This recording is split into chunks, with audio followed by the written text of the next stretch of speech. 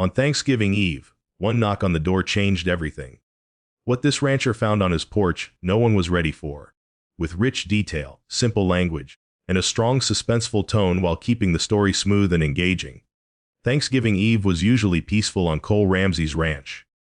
The land stretched wide and quiet, with only the soft cry of night birds echoing across the open fields. Cole liked it that way. After years of working sunup to sundown, he valued silence more than anything else. That evening, he finished feeding his horses and checked the barn doors one last time. The cold wind stung his face, carrying the smell of snow. Winter was coming early this year. He pulled his jacket tighter around his shoulders and headed toward the warm glow of his farmhouse. Just as he stepped onto the wooden porch, a faint sound broke through the night. Knock, knock, knock. Cole paused. Nobody ever came out this far. His ranch sat nearly 5 miles from the nearest road. Visitors didn't happen by accident. He walked slowly toward the door, boots creaking on the floorboards. The knocks came again, gentle, almost desperate. When he opened the door, he felt his breath catch. A young woman stood there, shivering so badly she could barely hold herself upright. Snow dust in her hair and shoulders like frost. In her arms, a small baby was wrapped in a thin blanket. 2 children pressed close beside her, a boy about 7 and a little girl maybe 5 years old. Both looked pale, cold and frightened. "I'm sorry," the woman whispered, her voice cracking. "We saw your light, and we didn't know where else to go." Cole stepped closer. "Are you all right?" "We haven't eaten in 2 days," she said. "Please, we just need warmth for the night. I'll clean anything. Just let the children rest." The baby started crying weakly. A thin, tired sound that cut straight into Cole's chest. He didn't ask who she was or why she had come. He didn't demand explanations or reasons. Something in her eyes, fear mixed with exhaustion, told him everything he needed to know. Without hesitation, he opened the door wider. "Come in," he said softly. "The table's set. Sit." The children hurried inside, drawn to the heat of the fireplace and the smell of food. The woman stepped in last, swaying on her feet as if she might collapse. But when the porch light brushed across her face, Cole's heart jolted. He knew her. Anna Moore. Someone he never expected to see again. As Anna Moore stepped fully into the warm light of the kitchen, Cole tried to steady his breath. He hadn't seen her in almost 10 years. Back then, she was the cheerful girl who worked at the town bakery, always smiling, always helping others. Then one day she was simply gone. No one knew where she went. Rumors spread, as small-town rumors always do. Some said she ran away with a man, others said she left because of debts. Cole ignored all of it. But now, seeing her standing weak, bruised and cold, he realized none of those rumors had come close to the truth. Anna kept her eyes down while the kids devoured the food on the table. Cole poured her some warm soup and gently laid it in front of her. "You should eat too," he said quietly. She nodded, but her hands shook so much she could hardly hold the spoon. Cole sat across from her. "Anna, where have you been all these years?" She took a long breath, and her gaze flickered toward her children, as if choosing her words carefully. "I left town when I was 18, she began. "I thought I had a chance at a better life. I thought someone cared for me." Her voice cracked. "I was wrong." She didn't explain more. Not yet. But Cole didn't push. He could see the fear still living in her eyes. She looked like someone expecting danger to follow her at any moment. Outside, the wind rattled the window frame. Cole glanced out into the darkness. Something about the night felt heavier than usual, as if they weren't alone. Anna wiped her eyes quickly. "I'm sorry to show up like this without warning. I didn't know where else to go." "You came to the right place," Cole said. "You and the kids can rest here tonight." "Thank you," she whispered. "You don't know what this means." The youngest child curled up on the couch, already half asleep. The other 2 leaned against each other, warm for the first time in days. Cole felt a quiet ache in his chest watching them. He wanted to ask more questions, but then, a shadow passed by the kitchen window. It wasn't the wind. It wasn't a tree branch, or something, had just moved outside. Cole stiffened. His ranch was miles from any road. No one should be out there. He looked back at Anna. Her eyes widened, reading the fear on his face. The moment Anna whispered, "I think he found us," the room fell into a heavy silence. Even the fire crackling in the fireplace seemed to soften, as if the flames themselves were listening. Cole moved quietly to the window, careful not to draw attention. He pulled the curtain just enough to peek outside. The wind had calmed, and the moonlight spilled across the yard like pale silver. At first he saw nothing but the stillness of the open land. Then, there it was. Headlights faint but growing brighter. A truck, rolling slowly up the dirt road toward the ranch. Cole's jaw tightened. His ranch rarely saw visitors, and no one with good intentions drove this far at night. He stepped back, grabbed his coat from the chair, and glanced toward Anna. Her face was drained of color. Her hands clutched the baby tighter. "Stay inside," Cole said. "Don't open the door for anyone." Anna shook her head. "Cole, be careful. He's dangerous." "I've handled dangerous before," Cole replied, though even he didn't fully believe it this time. He stepped out onto the porch, the cold slicing through the warm air he had just left behind. The truck pulled into his yard and stopped a few feet from the house. The engine rumbled like a warning. A tall man climbed out. Broad shoulders, heavy boots, and a face twisted with anger. His eyes searched the porch, then locked onto Cole. "You got something that belongs to me," the man said.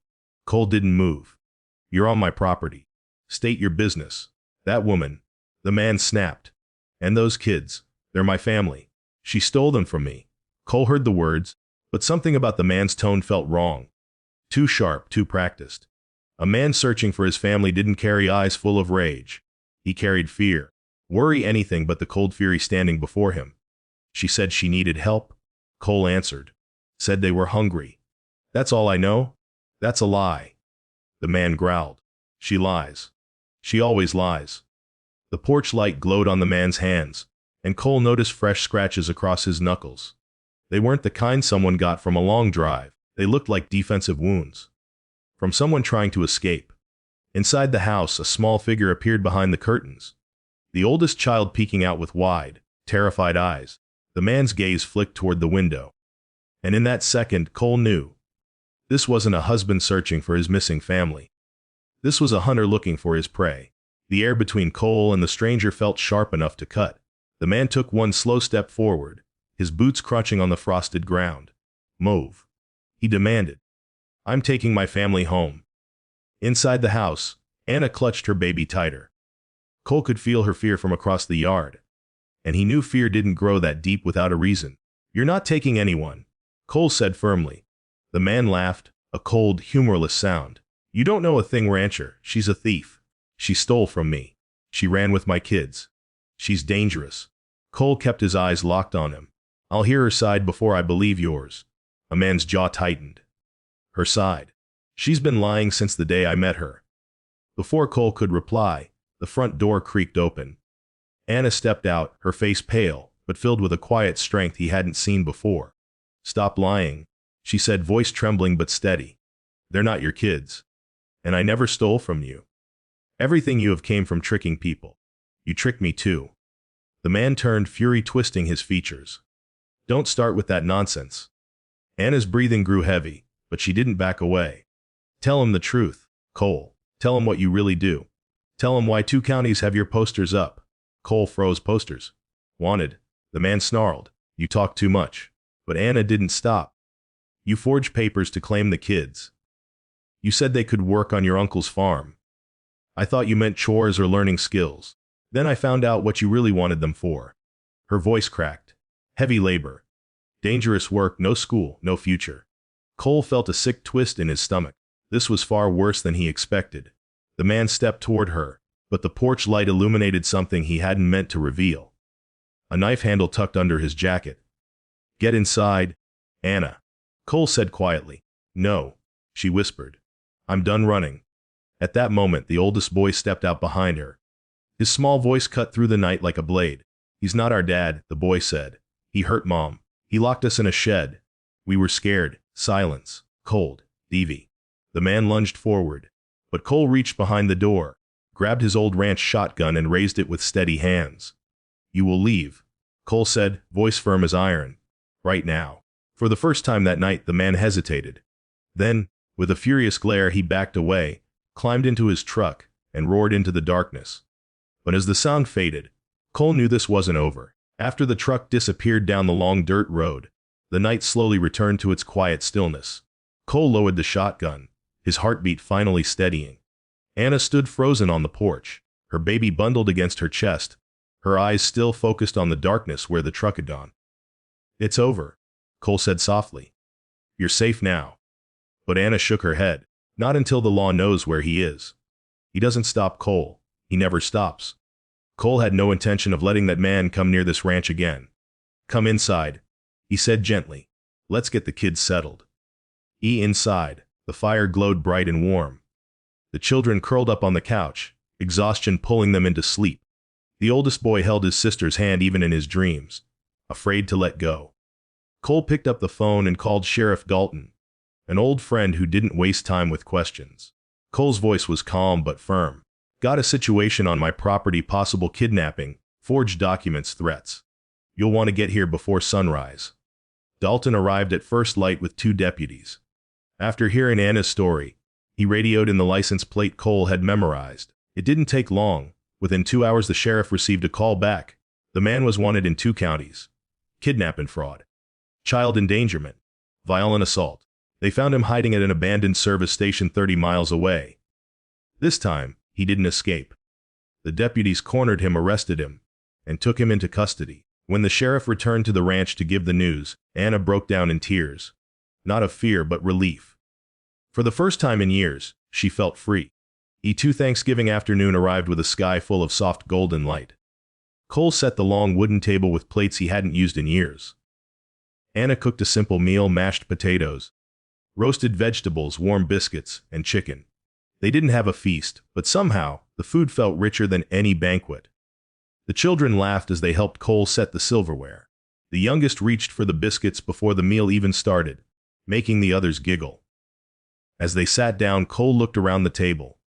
At the tired but hopeful mother, at the children who finally looked safe, and at the warm glow of peace that filled the room. Anna looked at him with gratitude shining in her eyes. "Thank you for everything." Cole shook his head.